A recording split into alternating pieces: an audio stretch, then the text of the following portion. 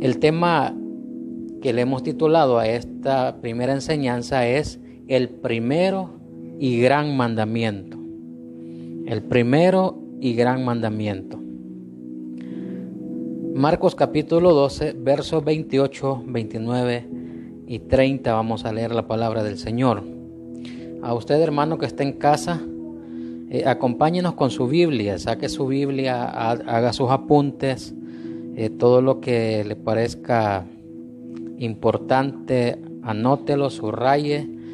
No es pecado subrayar la Biblia, el pecado es que la tenga y no la lea. En cierta oportunidad dicen que llegó un pastor a visitar a un matrimonio y resulta que mientras el pastor comía, la pareja estaba con ellos, pero el pastor, al terminar de comer, el tenedor que había utilizado fue al lugar donde lavan los trastes y lo lavó y lo secó bien y lo metió dentro de una Biblia que estaba en la mesa donde comía la familia. Y dice de que la historia de que la esposa le dijo al esposo que el pastor se había robado el tenedor, y pasó así mucho tiempo, casi al año, volvieron a invitar a comer al pastor a la casa, y la hermana, después de que el pastor comió, ya no pudo y le tuvo que preguntar que por qué se había robado el tenedor el año anterior. Y él le dijo: hermana, no me lo robé, simplemente se lo puse en medio de la Biblia y eso me indica que usted todo este año no abrió su Biblia. Entonces, esa es una moraleja que nos enseña a nosotros que debemos de utilizar nuestra Biblia. No es malo subrayarla, no es malo marcarla, lo malo es que no la leamos. Dice la Biblia, Marcos 12, 28, 29 y 30. Acercándose uno de los escribas que los había oído disputar y sabía que les había respondido bien, le preguntó: ¿Cuál es el primer mandamiento de todos? Jesús le respondió: el primer mandamiento de todos es: Oye, Israel, el Señor nuestro Dios, el Señor uno es. Y amarás al Señor tu Dios con todo tu corazón y con toda tu alma y con todas tus fuerzas, con toda tu mente y con todas tus fuerzas. Este es el primer o el principal mandamiento. Vamos a orar. Padre, te damos las gracias en esta preciosa noche por tu palabra que ha sido leída. Rogamos al Espíritu Santo que nos dé la iluminación que necesitamos y que podamos comprender, Señor, qué tiene que ver esta palabra con nosotros, oh Dios. En el nombre de Jesús te damos toda la gloria y la honra, Señor. Tú eres el Dios que todo lo puede, el que todo lo conoce, y nosotros somos tus hijos y te necesitamos. Esta noche, Espíritu Santo, nos depositamos en tus manos para que seas tú hablando a la vida de cada uno. Amén. Amén. El primero y gran mandamiento. En este pasaje, hermanos, que hemos leído, considero y quiero que meditemos respecto a cómo los diferentes grupos que estaban divididos en el judaísmo, en Israel, se acercaron a Jesús con una intención de ponerlo, como dice la Biblia, en aprietos. Una pregunta que tenía dos intenciones. Pero aparte de eso, quiero que consideremos y que observemos que aunque entre los grupos que se dividía el judaísmo, no se relacionaban, no se llevaban bien, sin embargo, cuando se trataba de atacar al maestro, ellos se unían para hacer un complot. Este es uno de esos casos. La razón de este profundo rechazo que este grupo de personas sentía hacia Jesús es porque Jesús era bueno. La Biblia dice que Él trazaba con fidelidad la palabra del Señor y los ponía en evidencia. A todos los grupos religiosos de la época ponía en evidencia su maldad, ponía en evidencia la forma en la que ellos constantemente tergiversaban o falsificaban las escrituras, entre ellos los escribas. Podrían haberle amado al Señor, quizás los escribas, los fariseos, los saduceos, quizás sentían cierto nivel de amor o admiración hacia Jesús, pero no se dejaron llevar por las enseñanzas de Cristo, sino que ellos prefirieron dejarse llevar por la envidia y el odio que sentían hacia el Maestro. En este escenario que le estoy hablando, al parecer, el último que se acerca a Jesús después de haber estado disputando con ellos, después de estar haciendo un diálogo, como dice el versículo 28, se acerca a un escriba. Este escriba se le acerca y nosotros sabemos bien por la Biblia que los escribas eran los encargados desde el tiempo del establecimiento de la ley en el desierto. Los escribas eran los encargados de interpretar la ley y ellos eran los encargados de no solamente de interpretarla, sino de hacer las copias de los manuscritos y de la Torá que se le conocía en esa época. Y aunque en realidad su interés se centraba mayormente en la tradición oral, con sus innumerables supuestos prácticos o con todas sus prácticas que ellos realizaban, sin embargo, podríamos decir que la intención de ellos no era simplemente saber si esa era una interpretación correcta de la ley. Ahora bien, ¿con qué intención se acercó este escriba a Jesús? Cuando nosotros leemos este pasaje nos damos cuenta que la Biblia dice que acababan de estar en una disputa. El pasaje paralelo del Evangelio según San Mateo, que ya el pastor leyó, Evangelio según San Mateo, capítulo 22, verso 35, dice claramente que el escriba le preguntó por tentarle. La idea no era saber si Jesús estaba en lo correcto, no querían saber si esa era la interpretación real, sino que ellos querían tentarle. Sin embargo, aunque algo de esto podía haber habido en las intenciones originales de ellos, pudo haber cierto grado o deseo de saber cuál era la interpretación que Jesús le hacía a la ley. Parece que finalmente hubo cierto acercamiento a Jesús de parte de este fariseo, de este escriba, quien lo admiraba, porque al escuchar las enseñanzas del maestro dice que estaban admirados de su sabiduría, se quedaron asombrados de lo que él les enseñaba.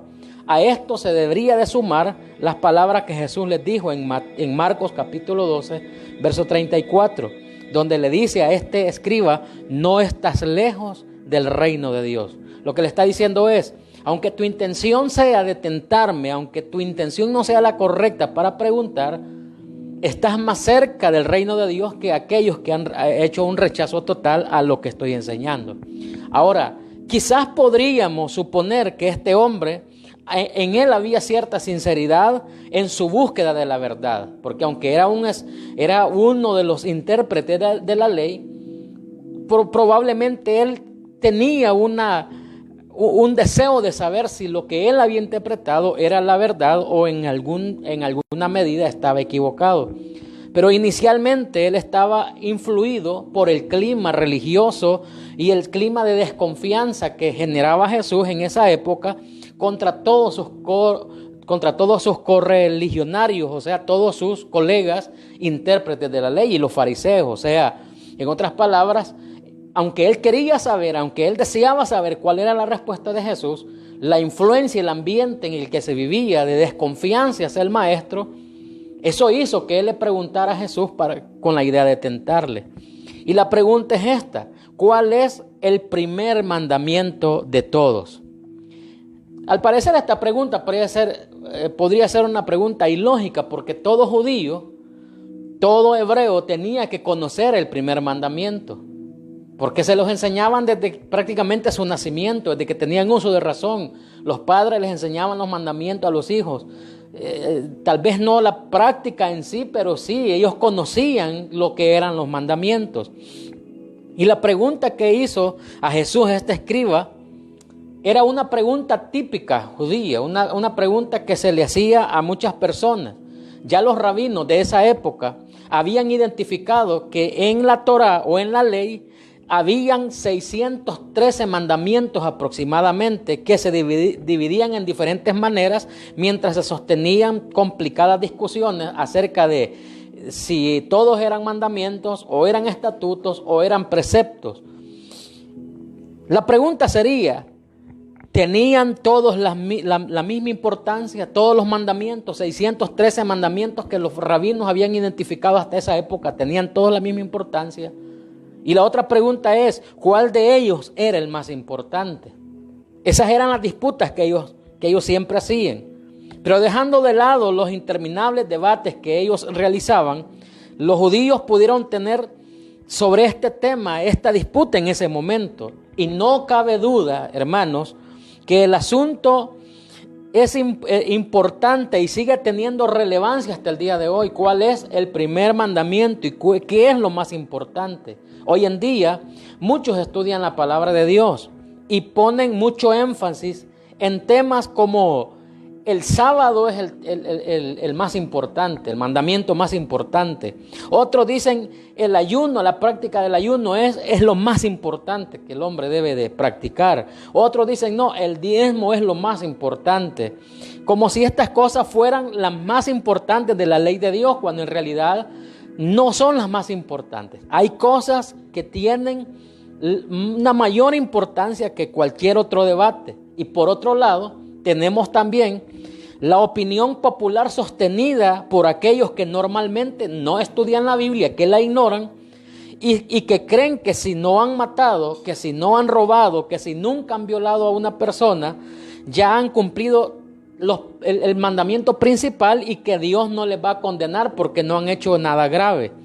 Ahora, para saber si estas actitudes son correctas, es importante que valoremos o que volvamos a escuchar nuevamente la respuesta que le dio Jesús a este escriba.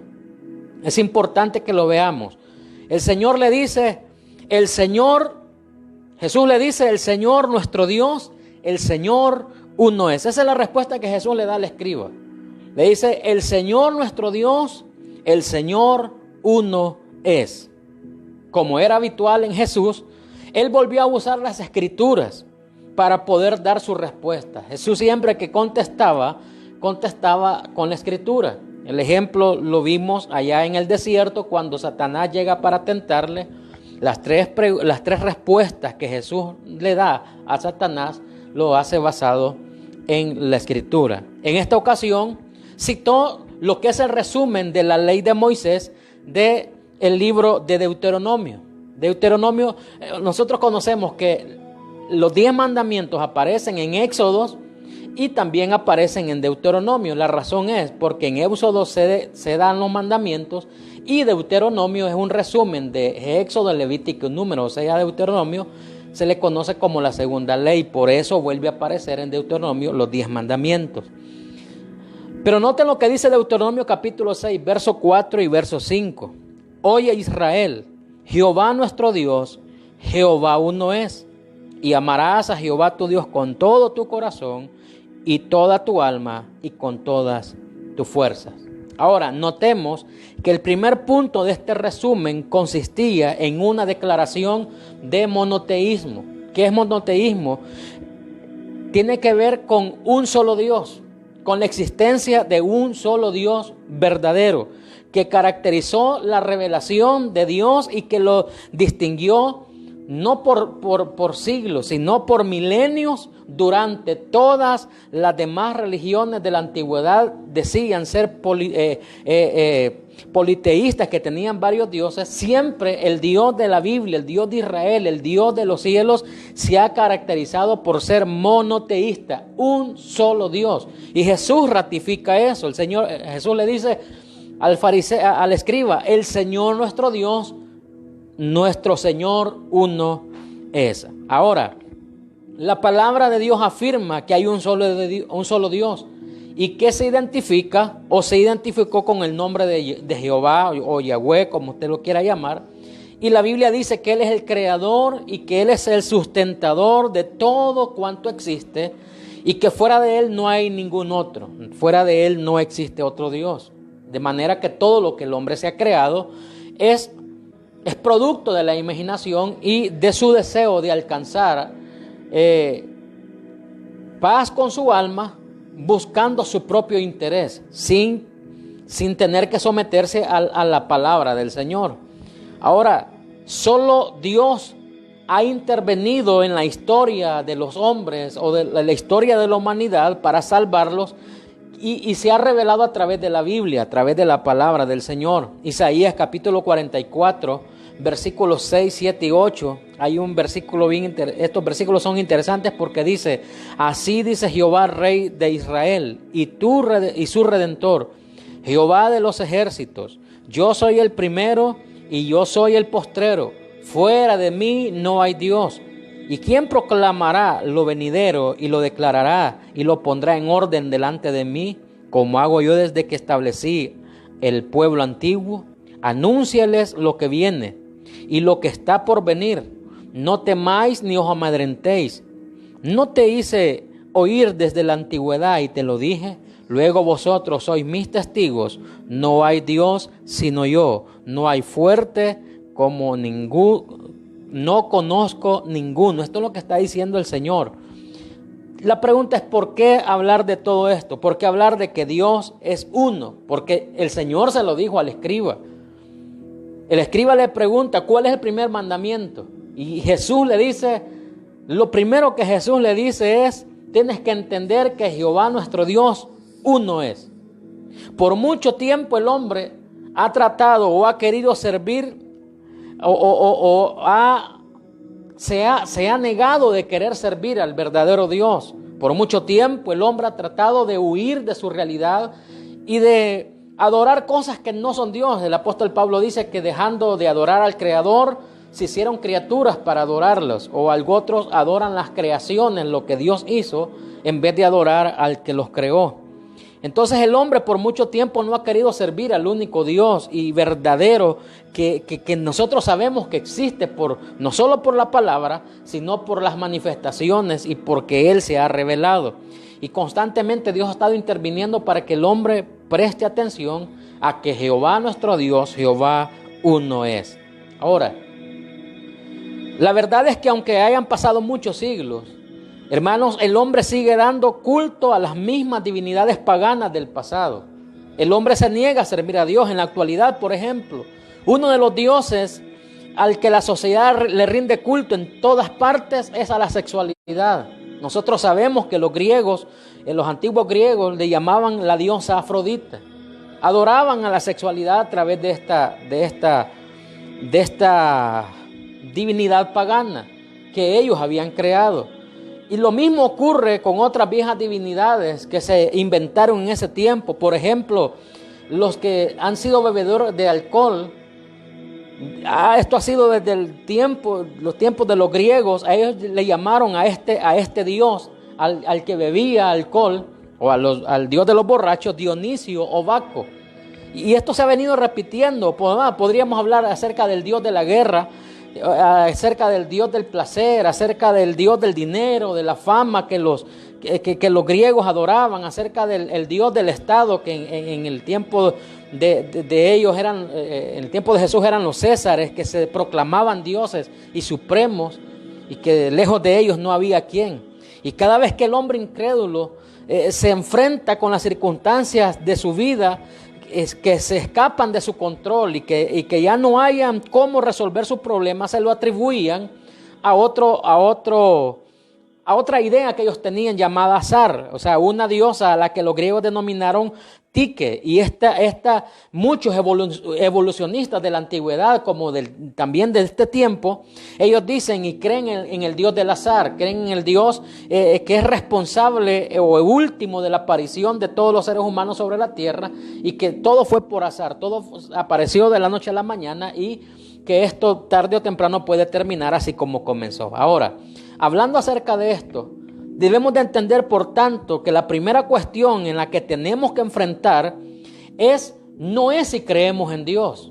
Al hablar acerca de este mandamiento, lo primero que debemos de entender no es si creemos en Dios, si creemos o no creemos. Porque a través de la historia y la experiencia, los siglos, hermanos, se ha demostrado, está claro que el hombre siempre ha creído en algo. Siempre el hombre ha creído en algo. Si no es en el Dios verdadero, el hombre siempre ha tenido fe en algo. No hay ni una persona que no crea en algo. Los que dicen ser ateos no son ateos, son necios. Pero el hombre tiene fe en algo, siempre pone su confianza y su fe en algo. Ahora, el punto fundamental es si creemos en el único Dios y verdadero, el soberano, o no creemos o carecemos de este conocimiento acerca de lo que la Biblia nos enseña y nos vamos a crear otro Dios o otra imagen a la cual adorar, como lo han hecho muchos hasta el día de hoy. Ahora, una vez establecido este fundamento, que no hay otro Dios aparte del Dios verdadero, Jehová, como el Señor Jesús le dijo a este escriba, tienes que entender que Jehová, nuestro Dios, Jehová uno es. Habiendo establecido este parámetro fundamental de que Jehová es uno, Jesús pasó a la afirmación siguiente que se debía ocupar con respecto a que si solo hay un Dios, solo hay un Señor, solo hay un Dios verdadero. Lo siguiente que Jesús le declara a este escriba es la afirmación de que ese Dios supremo, ese Dios verdadero, ese Dios del cual no hay otro, no existe otro como Él debe de ocupar el primer lugar. Él es el que debe de ser preponderante en la vida del hombre. Es la prioridad en la raza humana, o debería de ser la prioridad en la raza humana. Esto es algo que nosotros debemos de recordar constantemente en nuestras vidas. Es algo que no lo podemos olvidar, porque con frecuencia gastamos todas nuestras energías en otras muchas cosas y dejamos a Dios siempre en último lugar. Entonces, establecemos dos cosas. Número uno, el Señor le dice al fariseo, al escriba, Jehová nuestro Dios uno es. Y luego le da la afirmación que ese Dios, que no hay otro como Él, que no existe otro igual a Él, Él debe de ser el primero y el que debe de tener prioridad en nuestra vida.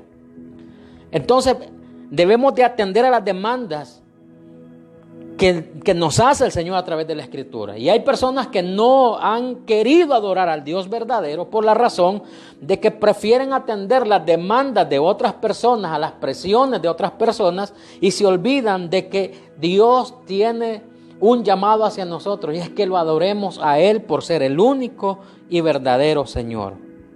En otras ocasiones, cuando por fin tenemos en cuenta a Dios, o cuando clamamos a Dios, cuando por fin nosotros, o cuando por fin el hombre trata de involucrar a Dios en su vida, después de haberlo ignorado por mucho tiempo, el hombre cree que él tiene o está en la entera disposición de poder imponerle a Dios cualquier cosa que le demande el hombre a Dios y que Dios tiene que contestarle. O sea, en cualquier inconveniente o molestia que nosotros podamos sentir, creemos que Dios está a nuestra disposición, como si nosotros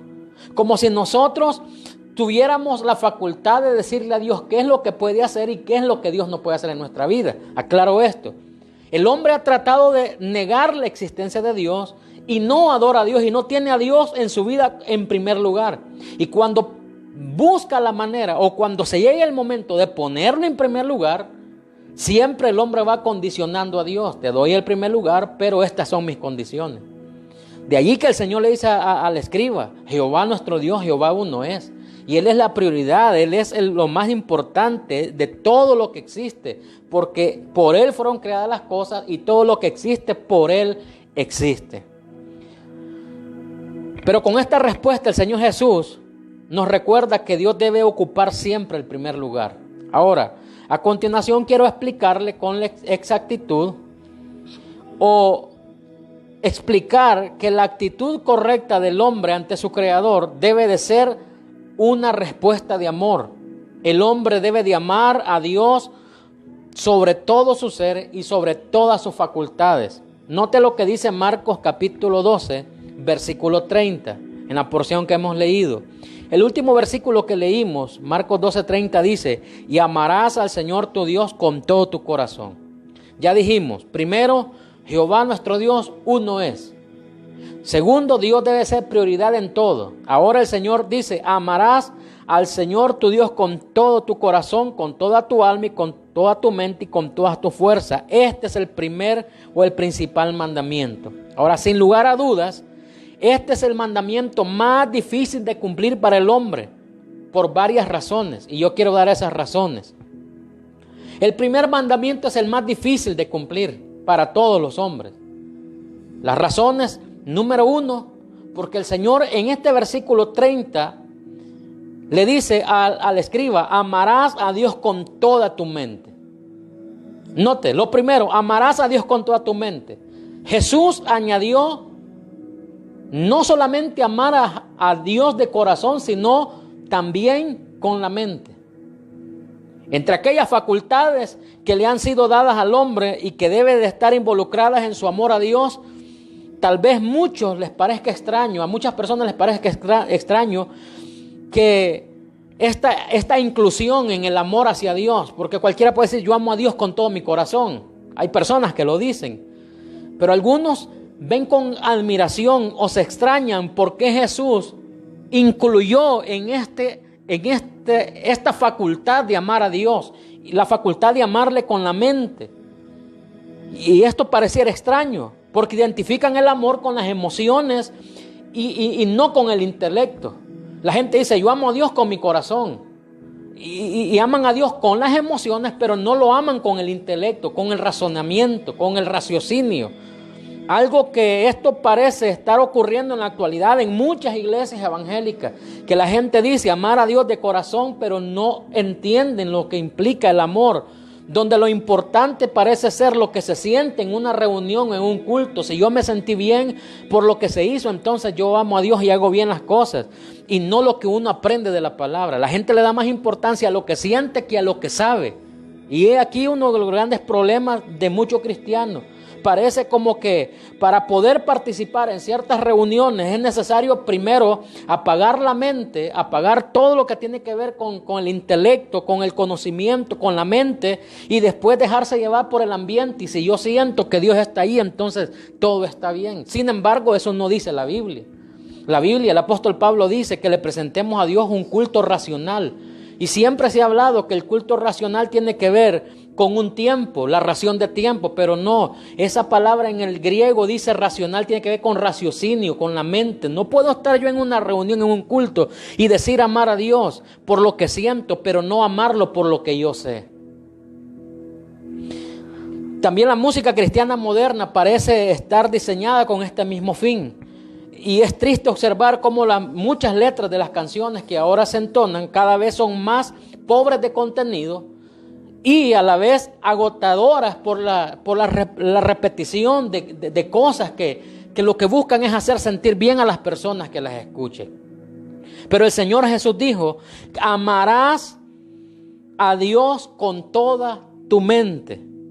Y para amar a Dios es imprescindible usar también la mente. Para amar a Dios no se puede amar solo con el corazón. Es necesario, es indispensable amar a Dios con toda la mente. ¿Cómo podemos amar a alguien que no conocemos? O sea, usted no puede decir que ama a alguien si no lo conoce. No se puede amar a una persona si no se le conoce. Y Dios es una persona con la que tenemos una relación, y si no la conocemos no la podemos amar.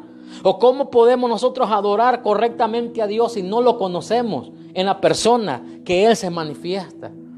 Y la única forma de conocerle a Dios es a través de la Escritura, es a través de la palabra del Señor. Y si le desconocemos, tendremos que escuchar la misma repetición que Jesús le hizo a la mujer samaritana.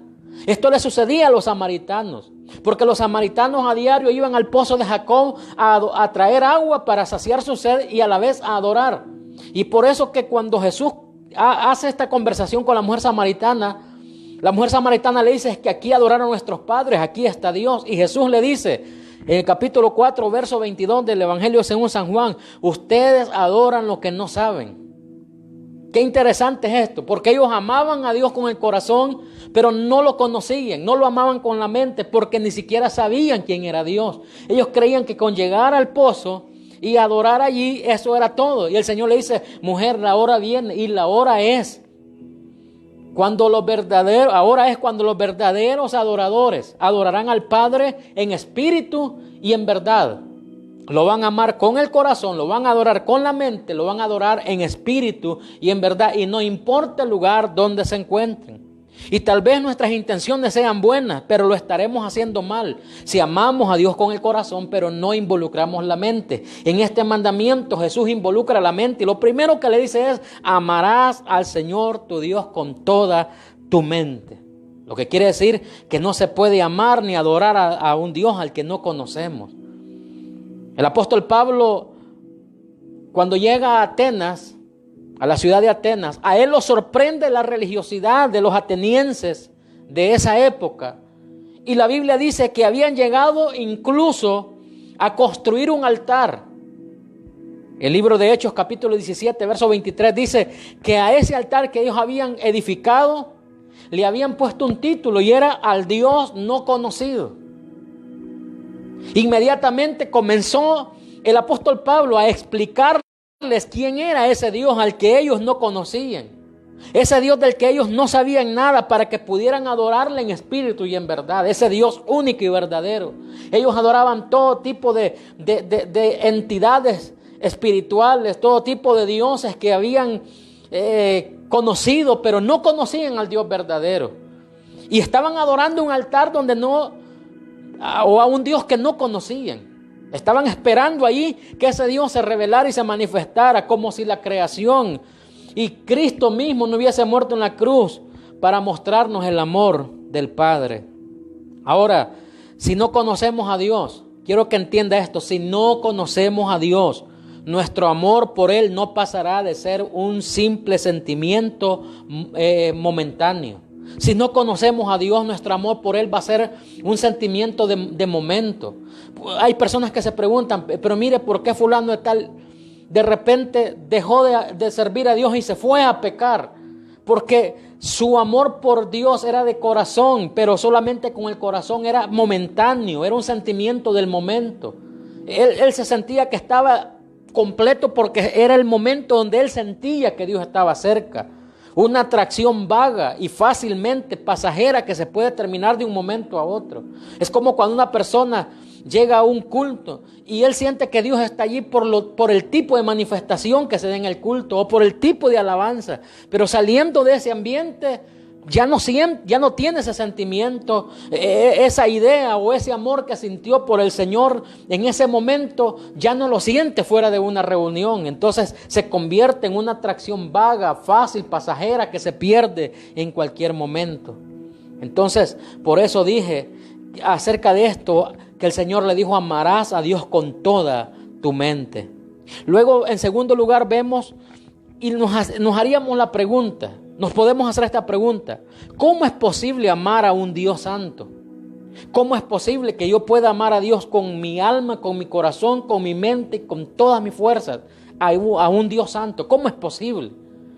Muchas personas que se declaran ateos dicen: es que eso es imposible. ¿Cómo un Dios que los cristianos se han hecho la idea de un Dios santo, perfecto, justo, todopoderoso, haya sido muerto por su creación? ¿Cómo un Dios santo, verdadero, todopoderoso haya permitido que su creación le haya quitado la vida? Y comienzan a hacer conjeturas que no entienden el amor del ser humano hacia Dios, porque dicen: ¿cómo un hombre imperfecto es capaz de amar a un Dios perfecto, santo y puro? ¿Cómo es posible? En nuestra lucha por amar a Dios, nosotros tenemos que reconocer nuestras dificultades y tenemos que ser realistas, que son las más difíciles que tenemos que superar. Por ejemplo, la pregunta: ¿cómo puede un hombre pecador llegar a amar a un Dios santo? Santo y perfecto, que la Biblia lo dice: santo, 3 veces santo, que aborrece el pecado. Y la misma Biblia dice que no hay hombre que sea justo y que todos los hombres hemos pecado y que nos hemos separado de Dios. Y aunque hayamos recibido a Cristo y aunque ya tenemos al Señor en nuestro corazón, estamos conscientes que mientras estamos en este cuerpo de pecado, inclinado al pecado, seguiremos teniendo esa tendencia. ¿Cómo es posible que seres tan imperfectos seamos capaces de amar a un Dios puro, santo y verdadero? La Biblia, en el Evangelio de Lucas, capítulo 7, verso 36, el evangelista Lucas nos relata la visita que Jesús le hizo a un hombre fariseo a su casa llamado Simón. Y durante comían, dice la Biblia, que el Señor les contó una parábola acerca que se presentó un pecador, dice la Biblia, de que un deudor o dos hombres tenían una deuda que no podían pagar. Lucas capítulo 7, verso 36 y al 50 lo dice. Dice que un acreedor tenía dos deudores. El uno le debía 500 denarios y el otro 50. Y no teniendo ellos con qué pagar, dice la Biblia que este hombre le perdonó la deuda a ambos. Y el Señor le hace la pregunta a Simón y le dice: di pues tú, ¿cuál de ellos le va a amar más? Nosotros sabemos que la respuesta de Simón fue clara y contundente. Bueno, le va a amar más al que le perdonó más deuda. O sea, el que tenía una deuda mayor, él le va a amar más porque comparando 50 denarios a 500, el más agradecido va a ser el de 500. Todos podemos entender sin dificultad que mientras la deuda estaba sin saldar, oiga, entienda esto, mientras la deuda no había sido cancelada, era muy difícil, extremadamente difícil, por no decir imposible, que uno de estos deudores amara a su acreedor. Ninguno lo amaba, porque todos le tenían temor constantemente. Dice la Biblia que los amenazaba con llevarlos a los tribunales. Dígame usted cómo estos hombres iban a sentir amor por esa persona a quien ellos le debían. No podían sentir amor por él. Les estaba amenazando de llevarlos a los tribunales, de quitarles a sus hijos para hacerlos esclavos, de quitarles sus propiedades o hacerlos esclavos a ellos mismos. Ninguno de estos dos hombres deudores podía amar a su acreedor. Y una vez más, la parábola sencilla que Jesús contó en ese momento ilustra de una forma tan exacta las grandes dificultades que el hombre tiene como pecador de amar a un Dios santo. ¿Cómo un hombre pecador puede amar a un Dios santo mientras tiene una deuda con él? No se puede. Sin embargo, cuando nosotros leemos la Biblia, por un momento el relato cambia la historia, cambia la escena. Todo en este relato cambia de una manera drástica, da un giro inesperado. Esta parábola de repente dice que el acreedor decide perdonar a los dos deudores. Les dice: ¿saben qué? Ustedes ya no me deben nada, ustedes quedan libres, no me deben ni 5. Sin ningún problema estos hombres se podían ir a casa sin estar pensando en su deuda.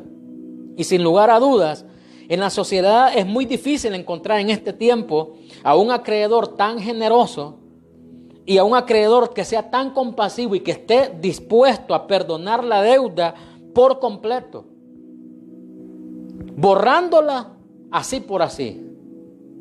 O que usted le diga: mire, usted debe 50 millones de colones, pero el banco se los perdonó. Es difícil encontrar o toparse con algo así. Pero el hecho es que esto es precisamente lo que Dios ha hecho con nosotros. Nosotros teníamos una deuda que no podíamos saldar con el Señor. Era una deuda que teníamos con Él y no la podíamos pagar. Entonces es cuando todo tiene sentido a esta pregunta que el escriba le hace a Jesús. Cuando le hace esta pregunta, Jesús al terminar le dice, Jesús le hace a Simón, le dice: ¿cuál de los dos deudores crees tú que va a ser el más agradecido? ¿Cuál de los dos deudores que había sido perdonado amaría más a su acreedor? De repente todo ha cambiado en la escena. El acreedor ya no inspira temor, el acreedor ya no inspira miedo, sino al contrario, ahora inspira amor, ahora inspira, esta persona refleja compasión y misericordia. Y poniendo en este plano que el acreedor es Dios y nosotros los hombres somos los deudores y todos tenemos una deuda distinta con Dios. Y Dios nos ha perdonado a nosotros. Lo mismo ocurre con todo aquel que ha visto cancelada su deuda de pecado con Dios. Es similar, es el mismo sentimiento. Inmediatamente surge, hermanos, cuando una persona es perdonada de una deuda, inmediatamente surge de lo más profundo de su corazón un amor y gratitud hacia aquel que le ha tratado de esa forma tan buena y tan generosa.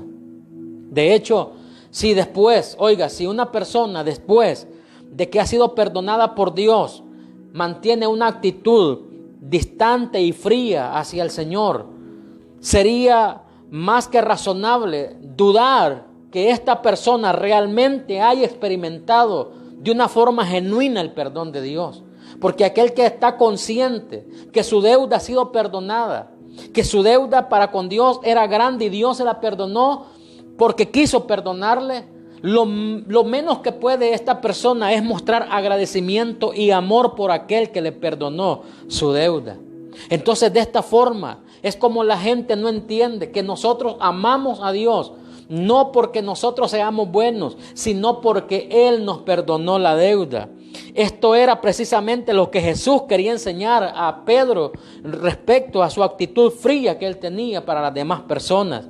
Ahora, relacionando lo que acabamos de considerar con el mandamiento de amar a Dios, tenemos que concluir que es importante que el hombre llegue a amar a Dios en tanto que no haya experimentado primero el perdón y el amor de Dios en su propia vida. Es difícil que un hombre ame a Dios si no ha experimentado el amor y el perdón de Dios para con él directamente. Es complicadísimo. El apóstol Juan lo expresó de la siguiente manera. Juan capítulo 4, verso 10 y verso 19. Mire cómo Juan lo describe. Dice: en esto consiste el amor, no en que nosotros hayamos amado a Dios. ¿Escuchó?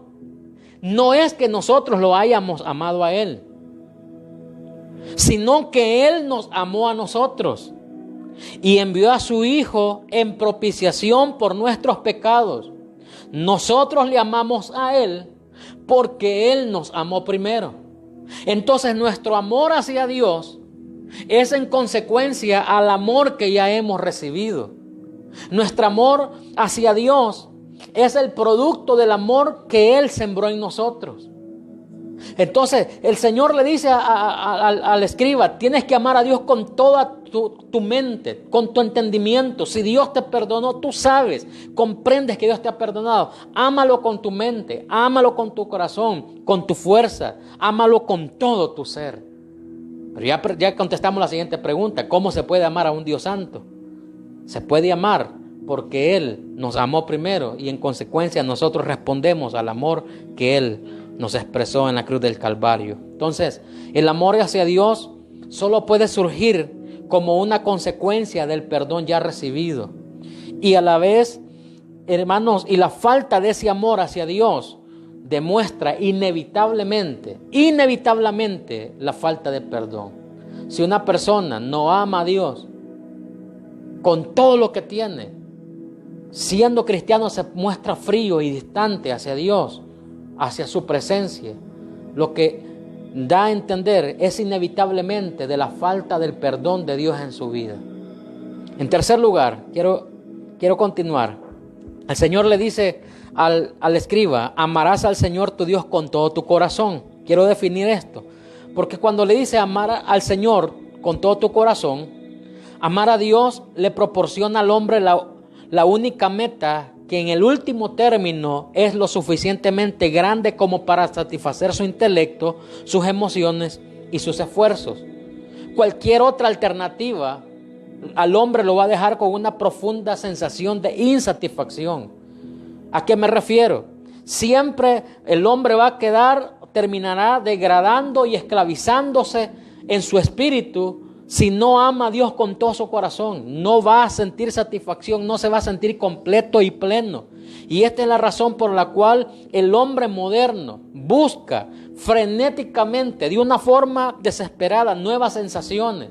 Busca experiencias con el fin de llenar de alguna manera el vacío de la ausencia de Dios en su ser. Porque si no ama a Dios con todo su corazón, siempre va a quedar insatisfecho de lo que pueda hacer para el Señor. Sin embargo, el diablo ha logrado introducir en la mente de muchas personas, en la mente y el corazón del hombre, la idea opuesta de que no se debe de amar a Dios como Él es y con todo el corazón, con todo el ser.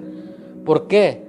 Porque el diablo ha hecho creer a muchas personas de que Dios es un Dios tirano, de que Dios es un Dios que le quita la libertad a las personas.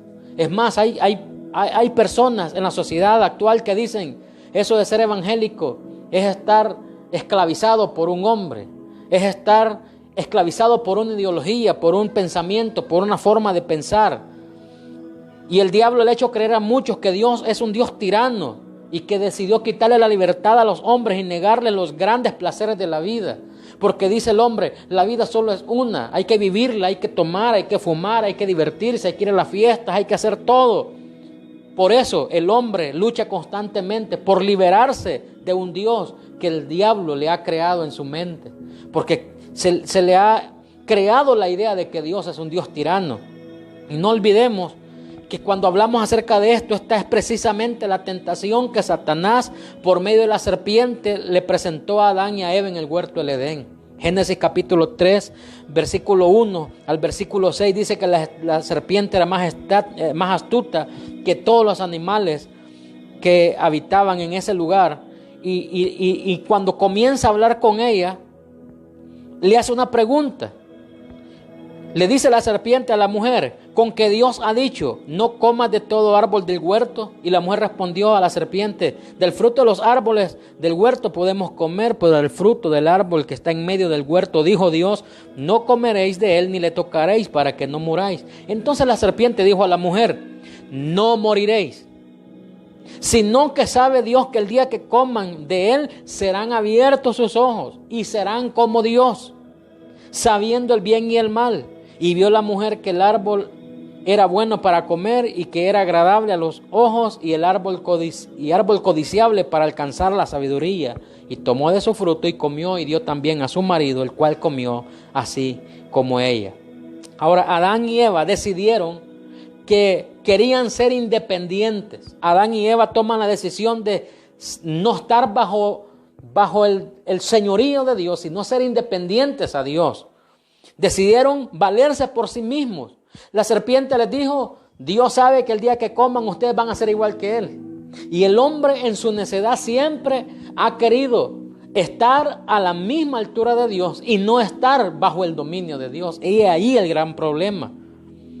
Entonces, cuando leemos este versículo nos damos cuenta que ellos deciden valerse por sí mismos y decidir qué era bueno y qué era malo.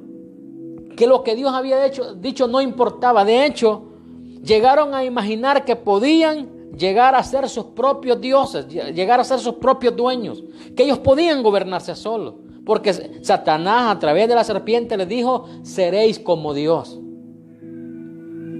Y esto nosotros sabemos por la Biblia que los condujo inmediatamente a la separación del Dios que les había creado y a un sentimiento de culpa y de vergüenza que les hizo huir y esconderse de Dios.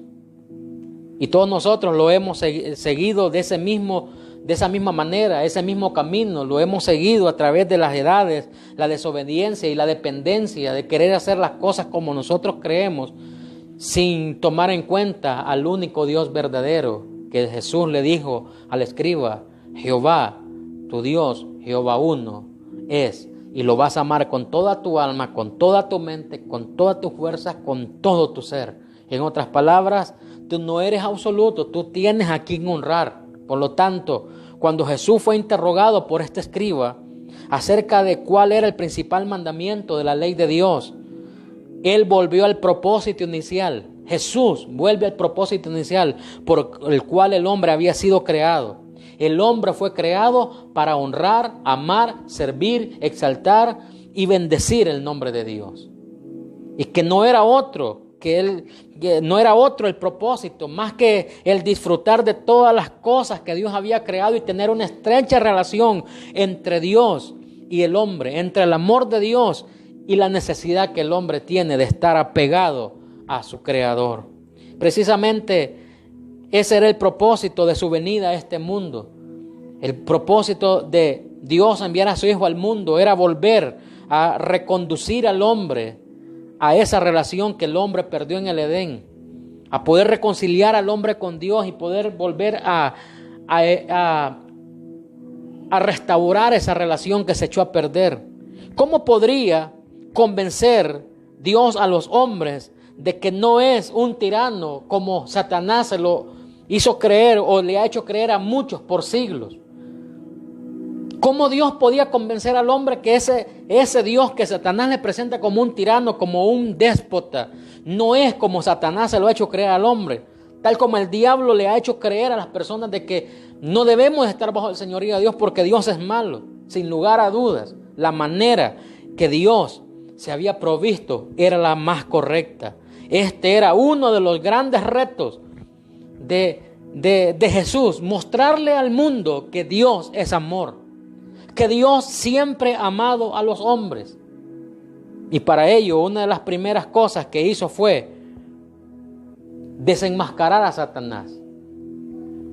Habló con tanta claridad acerca de Satanás, Jesús, habló acerca de Satanás con tanta claridad y lo exhibió públicamente. En Juan capítulo 8, verso 44 dice: Satanás ha sido homicida desde el principio y no ha permanecido en la verdad porque no hay verdad en él. Cuando habla de lo suyo, habla porque es mentiroso y es padre de mentira. Y la acusación que Cristo declara acerca de que Satanás echó a perder la creación perfecta y la relación que Dios tenía con el hombre, y que el hombre cayó en el engaño de Satanás. El Señor le dice a la humanidad de que Él les ama tanto, que esa es la razón por la cual envió a su Hijo a morir a la cruz del Calvario. Y quiero terminar diciendo que después de considerar todo esto, debemos concluir que el mayor pecado que el hombre comete es no amar a Dios con todo su corazón, con toda su alma, con toda su mente y con todas sus fuerzas. Por supuesto, si preguntamos a la gente, nadie le dirá que el mayor pecado es este, porque tal vez algunos dicen: no, el mayor pecado es ser asesino. Otros dirán: el mayor pecado es violar a una persona sus derechos. Otros dirán: el mayor pecado es robarle a una persona porque tanto que cuesta obtener las cosas. Otros dirán: el mayor pecado es el adulterio. Otros dirán diferentes razones. Pero esta no es la razón por la cual el hombre no vuelve a su relación original con Dios, porque simple y sencillamente el hombre no ama a Dios con todo su corazón, con toda su mente, con toda su fuerza. Ahora, cuando llegamos a este punto, al concluir con este punto, si nosotros somos honestos, escuche, si somos honestos, tenemos que reconocer que este mandamiento de la ley no es nada fácil de cumplir. ¿Por qué? De hecho, para nuestra propia vergüenza tendremos que reconocer y admitir que lo hemos quebrantado innumerables veces, este mandamiento. Lo hemos quebrantado, aún siendo cristianos, lo hemos quebrantado muchas veces este mandamiento. Con cuánta facilidad nosotros ponemos nuestras aflicciones, nuestras deudas, nuestro trabajo, nuestros estudios, nuestra familia, y dejamos a Dios en segundo plano o en último lugar. Siempre ponemos lo que más nos interesa físicamente o el momento. Siempre lo dejamos a Dios en otro plano que no es el que Él realmente se merece, que es el primer lugar. Por lo tanto, aquellas personas que interpretan este mandamiento como la forma que estableció el Señor Jesucristo para nuestra salvación están completamente equivocados. Están equivocados, ¿por qué? Porque al hablar de esto, nadie ha cumplido este mandamiento hasta el día de hoy. Nadie lo ha podido cumplir. Ya Juan nos dijo: nosotros le amamos porque Él nos amó primero. Nosotros no somos salvos por el gran amor que le manifestamos a Dios, porque tenemos que reconocer que muchas veces lo dejamos relegado a un segundo, tercero, quinto o último plano. Pero Dios está siempre demandándonos el primer lugar. Él es Dios, Jehová nuestro Dios, uno es, y Él se merece el primer lugar en nuestras vidas. Ese es el primer y grande mandamiento, que fuera de Dios no hay otro. Nosotros como creación de Dios debemos de someternos a Él y entender que Él es todo. Él está sobre todo. Por Él subsisten las cosas, por Él fueron creadas, y sin Él nada de lo que existe hubiese existido. Aún nosotros mismos no existiéramos si no fuera por Él. De manera que el llamado de Dios a través de este mandamiento es que lo amemos, que nos esforcemos por amarlo. no solo con el corazón, sino también con nuestra mente, con nuestra fuerza, con todo nuestro ser. Ese es el primero y grande mandamiento.